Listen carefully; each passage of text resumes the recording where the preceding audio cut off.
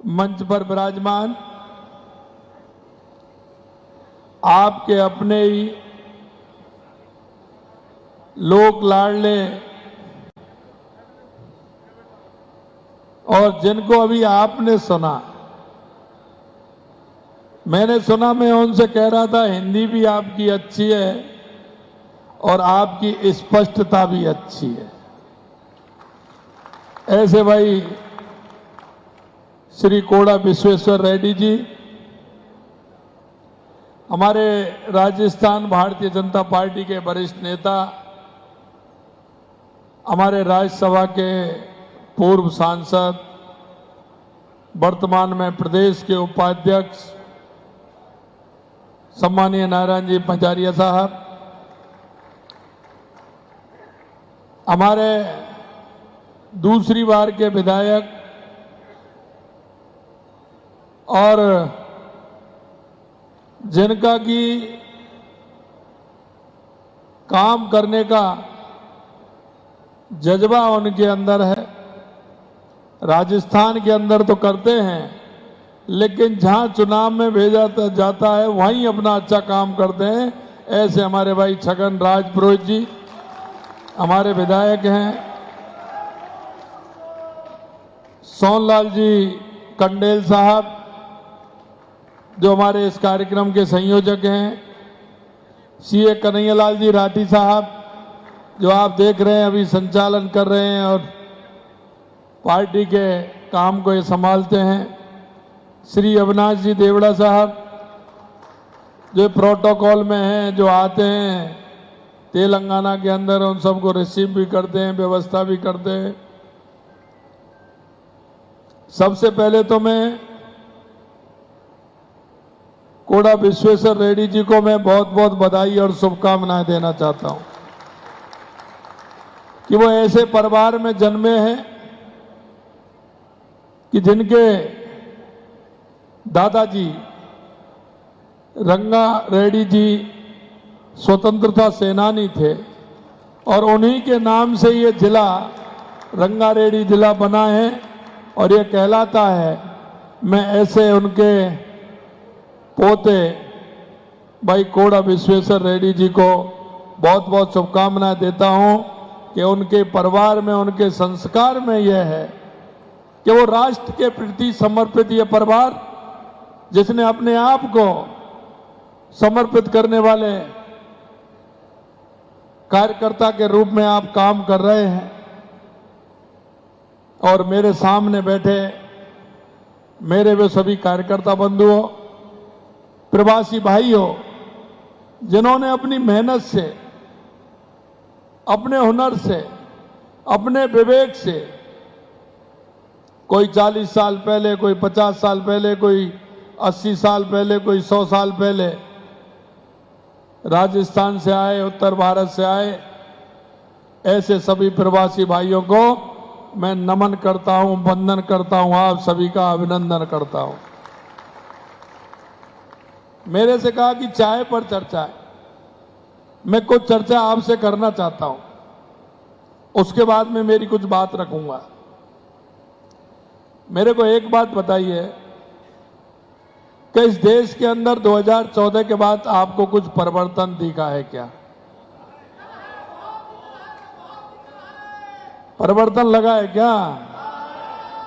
चलिए अब एक बात बताइए मेरे को आप कि 2014 से पहले इस देश के अंदर क्या होता था?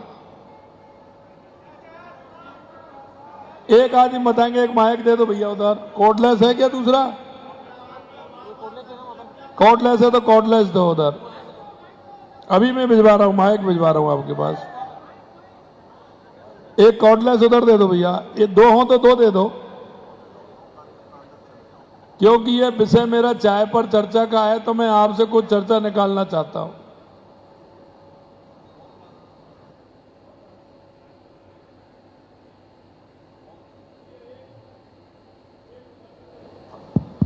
एक उधर दे दो और एक इधर दे दो, या आधा कर लीजिए इसको। एक इधर दीजिए, एक माइक इधर दीजिए, इधर एक कोई खड़ा हो जाइए उधर से। ऊपर दबा दीजिए बटन सीए साहब। अरे माइक का बटन, अरे लाइन दीजिए भैया उसकी।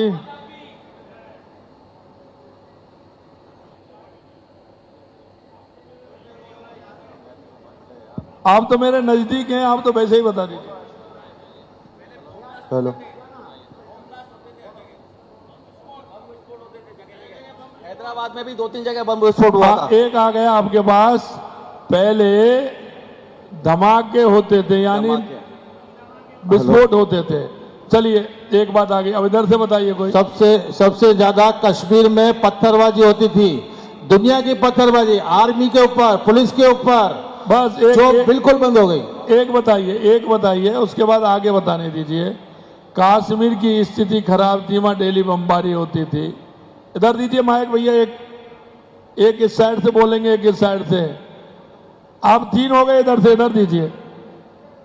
ऐसा नहीं भाई, अगर वो दूर बैठे हैं तो उनके साथ अन्याय थोड़ी होना चाहिए। भारतीय जनता पार्टी समान विचार से काम करती है ना, तो समान होना चाहिए, एक इधर से एक इधर से। 2014 के पहले घोटाले बहुत होते थे। घोटाले बहुत होते थे।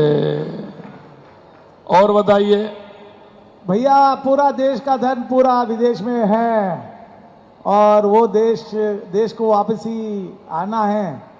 और एक चीज नहीं बोल सकता, 2-3 चीज की। भैया 2014 से पहले कांग्रेस के राज में क्या होते थे, एक शब्द में बोलिए, एक लाइन में। घोटाले, घोट के घोटाले। बस ठीक है, ऐसा है, एक बार आ जाए उसको दोबारा रिपीट मत करो। सांप्रदायिक दंगे, सांप्रदायिक दंगे होते थे। और बताइए।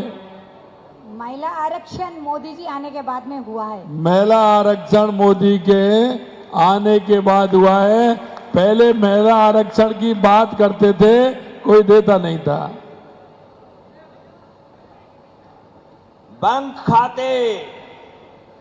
बैंक के खाते बहुत खुले। बैंक में खाते नहीं होते थे, मोदी जी ने बैंक में खाते खोले हैं, पहले कोई खाते नहीं होते थे।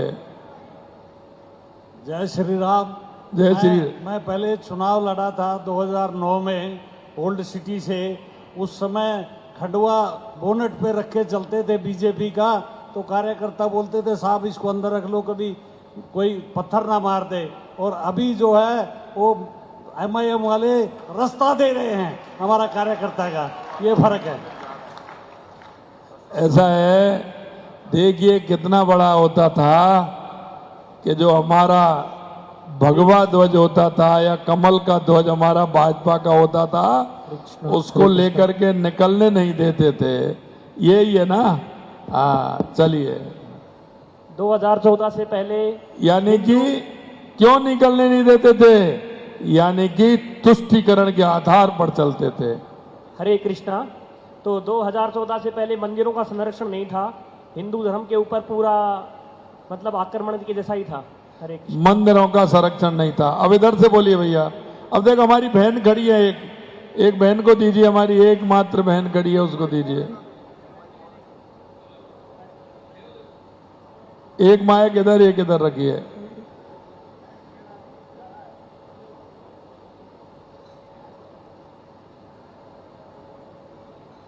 जय श्री राम। जय श्री राम। नारी सुरक्षा और नारी सशक्तिकरण मोदी जी ने किया है। नारी सुरक्षा, नारी सशक्तिकरण मोदी जी ने दिया है। और बताइए। भारत माता की जय। पहले इस भारतवर्ष के अंदर परिवारवाद राजनीति चलती थी। आज भी इस देश के अंदर परिवारवाद राजनीति वालों का अंत के लिए ये सब घमंडिया गठबंधन बने हैं। वो सिर्फ परिवार लोगों को ही छड़ाने का कार्य करते हैं, देश के लिए उन्होंने कुछ काम नहीं किया। चलिए देखो उधर एक बहन और खड़ी है हमारी। जय श्री राम। उधर एक पीछे बहन खड़ी है, उसको देके आइए, उनको दीजिए।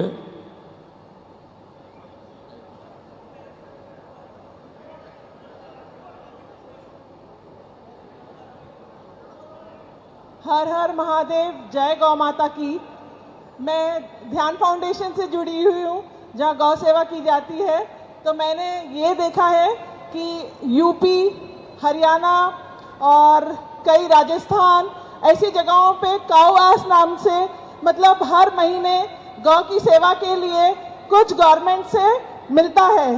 तो मैं चाहूंगी कि कोंडेश्वर जी की को यहाँ पर जीतने के बाद इवन तेलंगाना में भी ये लॉ लाने की चलिए, प्रयत्न करिए। बहुत अच्छा। धन्यवाद। एक लास्ट कर दीजिए उधर। जय श्री राम। जय श्री राम। विदेशों 2014 से पहले विदेशों में कोई भी आदमी अपना इंडिया का सुरक्षित नहीं था। आज भारत का डंका बज रहा है मोदी जी का नाम से विदेशों में। बोल हर हर महादेव, हर हर मोदी, घर घर मोदी। मोदी जी आने से पहले खाली परिवारवाद था और कुछ भी नहीं था। पहले जो संसार के वर्ल्ड के जो देश थे उनके पीछे इंडिया चलता था, और आज मोदी जी आने के बाद में इंडिया के पीछे सब देश चल रहे हैं, उनसे सुझाव मांग रहे हैं, उनसे सजेशन ले रहे हैं और उन्हीं के सुझाव से चल रहे हैं। चलिए,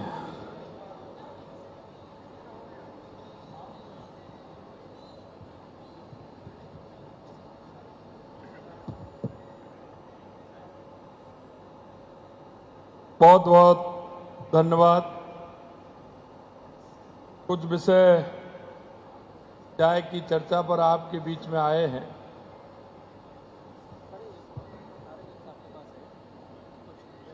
मेरे को कहा कि चाय पर चर्चा है, लेकिन एक परिवर्तन ये भी बहुत बड़ा आया है, और चाय पर चर्चा पूरे देश में होती है। पहले चाय पर चर्चा किसी और के लिए होती थी, लेकिन अब राष्ट्र निर्माण के लिए भी चाय पर चर्चा होती है। मित्रों, मैं निश्चित रूप से आप सभी को बहुत बहुत धन्यवाद और साधुवाद देना चाहता हूं कि तेलंगाना के अंदर चाय पर चर्चा, राजनीतिक हालतों की चर्चा, ये बहुत बड़ा विषय धीरे धीरे जनता के मन में गया है। मुझे ये भी पता है कि तेलंगाना के अंदर आने वाले लोकसभा चुनाव में भारतीय जनता पार्टी की बहुत अच्छी तरह से जीत भी होने वाली है, और अपनी तेलंगाना के अंदर बहुत बड़ा हमें लोकसभा के चुनाव में बहुमत भी मिलने वाला है। मैं आपसे दो तीन बातों की चर्चा करना चाहता हूं, और वो चर्चा मैं आपसे ये करना चाहता हूं। मैंने कहा था कि 2014 के बाद इस देश में आपने परिवर्तन देखा है क्या? आपने कहा देखा है। मैं आपको थोड़ा पीछे ले जाना चाहता हूं, और पीछे मैं इसलिए ले जाना चाहता हूं कि क्या है कि हमारे कभी कभी मन में आती है, हम पीछे की बात हम भूल जाते हैं, हमको ध्यान नहीं रहता है। हम उसको अगर जरा सोचें तो हमारे मन में कई कल्पनाएं आने भी लगती है। 2014 से पहले इस देश के अंदर आए दिन, जैसा आपने कहा, आए दिन धमाके होते थे। देश के अंदर आतंकवाद पनप रहा था, देश के अंदर नक्सलवाद पनप रहा था, आए दिन भ्रष्टाचार की कहानियां हो रही थी। और भ्रष्टाचारी भ्रष्टाचार नहीं, उस समय के प्रधानमंत्री जी कहते थे ये अगर इस देश के संसाधनों पर सबसे ज्यादा अधिकार है तो मुस्लिमों का सबसे ज्यादा आज यहाँ के संसाधनों पर अधिकार है। वो तुष्टिकरण के आधार पर चलने वाले लोग थे, आज भी वो तुष्टिकरण के आधार पर चल रहे हैं। मैं आपसे कहना चाहता हूं कि जब से हमारे 2014 से हमारे देश के यशस्वी प्रधानमंत्री नरेंद्र मोदी जी बने, क्या हमने किसी के साथ तुष्टिकरण या जातिवाद की राजनीति की है क्या? आप बताइए, सभी का समान रूप से इलाज हो रहा है या नहीं हो रहा है? मैं आपसे कहना चाहता हूं, सभी के पास किसान सम्मान निधि पहुंच रही है या नहीं पहुंच रही है? सभी के पास खाद्य सुरक्षा का लाभ सभी को मिल रहा है या नहीं मिल रहा है? कहीं हमने तो नहीं कहा कि इसको मिलना चाहिए, उसको नहीं मिलना चाहिए। यह बात मैं आपको इसलिए ध्यान दिलाना चाहता हूं मेरे भाई और बहनों, कि हमेशा इस कांग्रेस ने तुष्टिकरण के आधार पर राजनीति की है। आप देख सकते हैं, हम जब हमारे सांस्कृतिक मूल्यों की बात करते हैं तो इनके नाराजगी होती है। हम कहते हैं हम सबको बढ़ाने का, आगे बढ़ाने का, सबको आगे आने का काम की बात करते हैं तो इनको परेशानी होती है। मैं आपको कहना चाहता हूं मेरे भाई और बहनों कि हमारे देश के यशस्वी प्रधानमंत्री नरेंद्र मोदी जी हमारे महात्मा गांधी जी के विचारों को लेकर के, सरदार वल्लभ भाई पटेल के विचारों को लेकर के, बाबा साहब भीमराव अंबेडकर जी के विचारों को लेकर के, स्वामी विवेकानंद जी के विचारों को लेकर के, डॉक्टर श्यामा प्रसाद मुखर्जी के विचारों को लेकर के, और हमारे पंडित दीनदयाल उपाध्याय जी के अंत्योदय के विचारों को लेकर के चलने वाले अगर कोई इस देश में है तो वो देश के यशस्वी प्रधानमंत्री नरेंद्र मोदी है। कहीं ना कहीं हमको ये देखना पड़ेगा। ये लोग हमेशा बात करते हैं, अब एक नया सबूका छोड़ देते हैं, नई बात छोड़ देते हैं। मैं आपको कहना चाहता हूं, ये बात करने वाले, बाबा साहब की बात करने वाले सबसे ज्यादा अगर जलील किया बाबा साहब भीमराव अंबेडकर को, तो इस कांग्रेस ने जलील किया, कांग्रेस ने जलील किया था। यह बात मैं आपसे इसलिए कहना चाहता हूं कि इन्होंने, कांग्रेस ने कभी उनके बारे में चिंता नहीं की, उनको कांग्रेस का टिकट भी नहीं दिया, और जब वे चुनाव में खड़े हुए तो उनका हराने का काम भी इन कांग्रेस के लोगों ने किया। आप देखते हैं, सरदार वल्लभ भाई पटेल जिन्होंने पूरे देश की रियासतों को मिलाकर के संकल्प लिया था, और सरदार पटेल जी को भी कांग्रेस के लोग भूल गए। इनको सिर्फ एक परिवार की याद आई, इनको सिर्फ एक परिवार याद आता था, और आज भी वही परिवार उनको याद आता है। उनको राष्ट्र की चिंता नहीं, उनको परिवार की चिंता है, परिवार की चिंता है। मित्रों, मैं आपसे यही निवेदन करना चाहता हूं, अभी देख रहे हैं यहां के जो सीएम है, मुख्यमंत्री हैं, वो फेक वीडियो बना रहे हैं, फेक वीडियो बना रहे हैं। उनको अपनी मर्यादा का भी ध्यान नहीं है। ये किस तरह के हथकंडे अपना सकते हैं आप जानते हैं। ये चुनाव का समय आता है, हर तरह के हथकंडे अपनाते हैं। मैं आपसे एक ही बात कहना चाहता हूं, आप सभी पढ़े लिखे हो, सभी जानते हो, इनके जो भी इन्होंने घोषणा पत्र हमेशा जारी किया है, इनका घोषणा पत्र निकाल लीजिए, इनका घोषणा पत्र निकाल लीजिए, और उस घोषणा पत्र में देखिए इन्होंने कितने वायदे पूरे किए हैं। और एक तरफ हमारे देश के यशस्वी प्रधानमंत्री नरेंद्र मोदी जी का संकल्प पत्र निकाल लीजिए, और उस संकल्प पत्र को देखिए कि 2014 में जो संकल्प पत्र हमने लिया था उसको 2019 तक पूरा करने का काम हमारे देश के यशस्वी प्रधानमंत्री जी ने किया, और 2019 में जो संकल्प पत्र लिया उसको 2024 तक पूरा करने का काम किया। आज भी कांग्रेस ने जो संकल्प वो घोषणा पत्र दिया है वो उसको कभी पूरा नहीं कर सकते, लेकिन उनको तो ये आदत है, क्योंकि 70 साल से लगातार वो गरीबी हटाओ का नारा देते हैं, लेकिन कभी गरीब से उनका वास्ता नहीं रहा। यही मैं कहना चाहता हूं। अरे राहुल जी, पहले देखिए, आपकी दादी जी ने भी नारा दिया था, दादी जी या नानी जी ने भी नारा दिया था कि गरीबी हटाओ। आपके पिताजी ने भी दिया था, बीच में मनमोहन सिंह जी आए, उन्होंने भी दिया था। आपकी माता जी तो लगातार दे रही हैं, और आप भी वो गरीबी हटाओ के नारे पर आ गए। कैसे आपने अब तक क्या किया है बता दो दीजिए। अगर गरीब का कल्याण किया है तो देश के यशस्वी प्रधानमंत्री नरेंद्र मोदी जी ने किया है।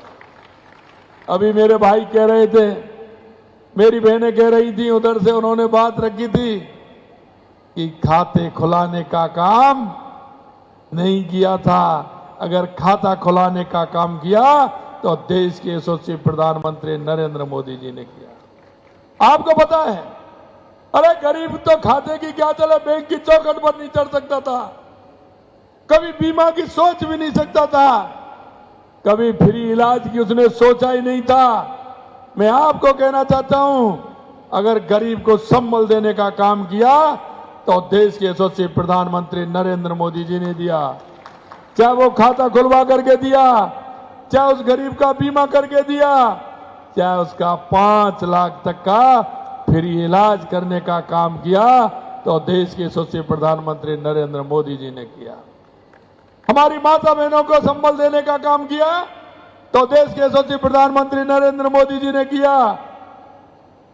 चाहे हमारी माता बहनों को शौचालय बना करके उनको सम्मान देने का काम किया तो नरेंद्र मोदी जी ने किया।